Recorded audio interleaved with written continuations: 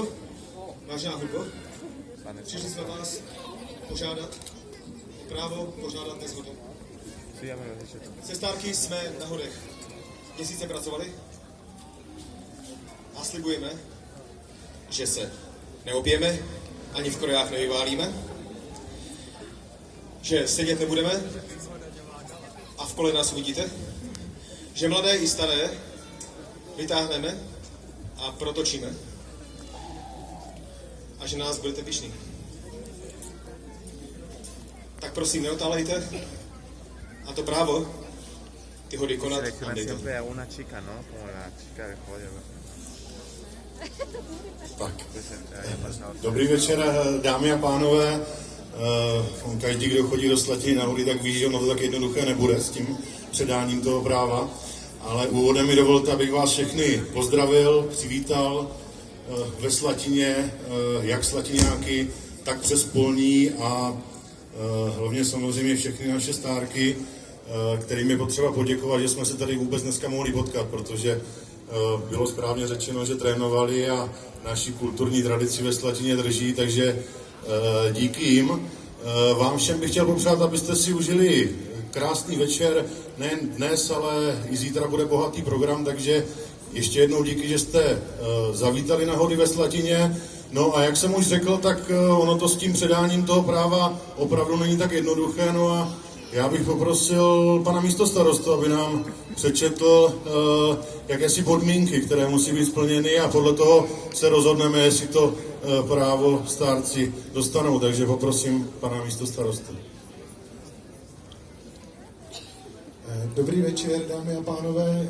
Děkuji za slovo panu starostovi a jdeme na to.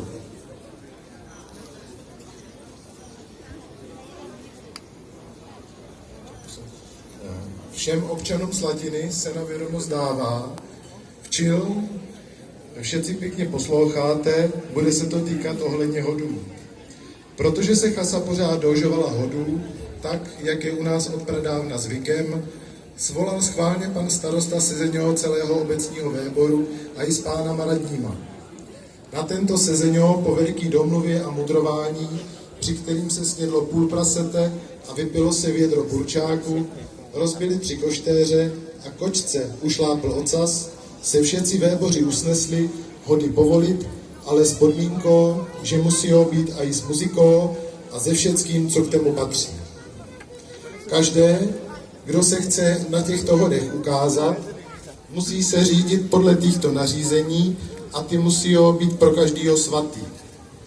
Včil teda posloucháte ty paragrafy zapsaný na místní radnici léta páně 2. září 2012. 20, omlouvám se. Platí ty paragrafy pro mladý a i starý, slobodný a i ženatý, domácí a i přespolní, malý a i velký, chudý či tlustý, teda pro všechny. Paragraf 1. Každé, kdo chce jít na hody, musí být pořádně obuté a oblečené. Pan starosta nechce žádného vidět bosky ve špinavých a roztrhaných gaťatách, zamatlané a špinavé košuli se špinou v uších. Paragraf 2.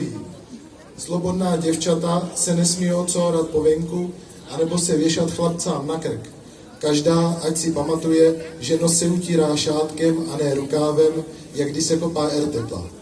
Kdyby se některá zastihla, jak chce dělat některýho chlapca na do smrti nešťastným, tož bude za trest vyšínat trávu pro našeho obecního kozla. Paragraf 3. Přísně se zakazuje slobodným mládencům mačkat se po koutkách s děvčískama. Na to je dost času až po hodech. Včil, ať si každé hledí muziky a tancování. Paragraf 4.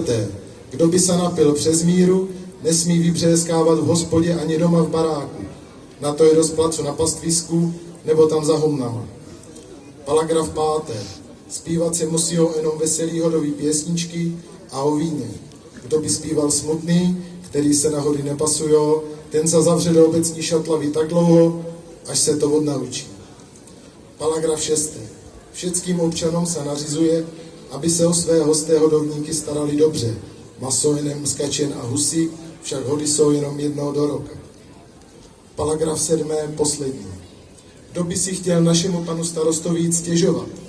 tož až za 14 dní po hodech, a to jestli budou pan starosta zdravé. Léta páně 7. září 2020. 20, prosím.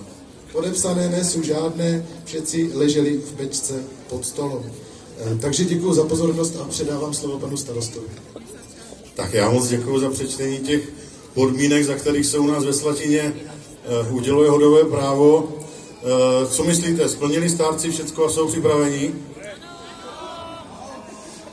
Tak já si to myslím taky a určitě si to zaslouží a já jim tímto slavnostně předávám hodové právo a houdy považuji za zahájené.